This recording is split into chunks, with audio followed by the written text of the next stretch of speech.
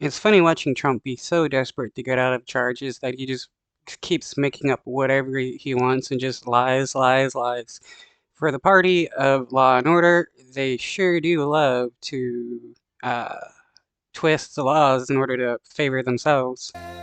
Former President Donald Trump appeared a day after his arraignment in Washington, D.C., facing charges of subverting the 2020 election and told his supporters in Alabama that his legal troubles wouldn't hinder his 2024 campaign. Every time Yeah, well, once you're in jail and you can't go on the campaign trail, yeah, that's going to cause problems. And you're not going to be president. they file an indictment, we go way up in the polls. We need one more indictment to close out this election. One more indictment, and this election is closed out. Nobody has even a chance.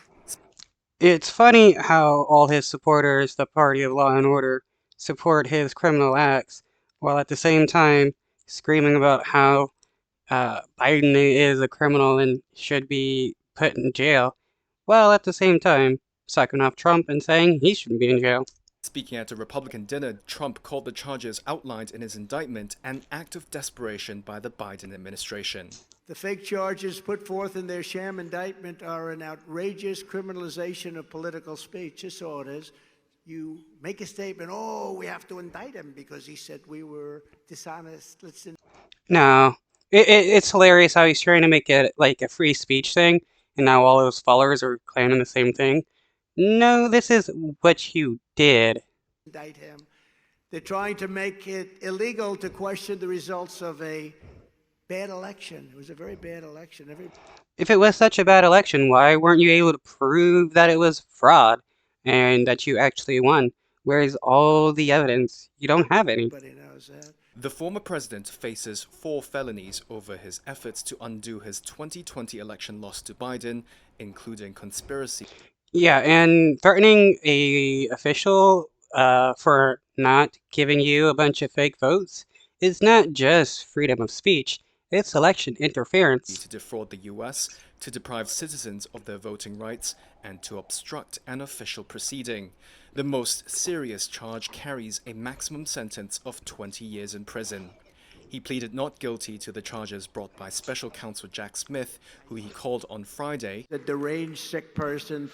Then on Friday, Trump The only sick people here is Trump and all his followers that still support him. pleaded not guilty to 3 new charges relating to his handling of US classified documents after he left the White House in 2021.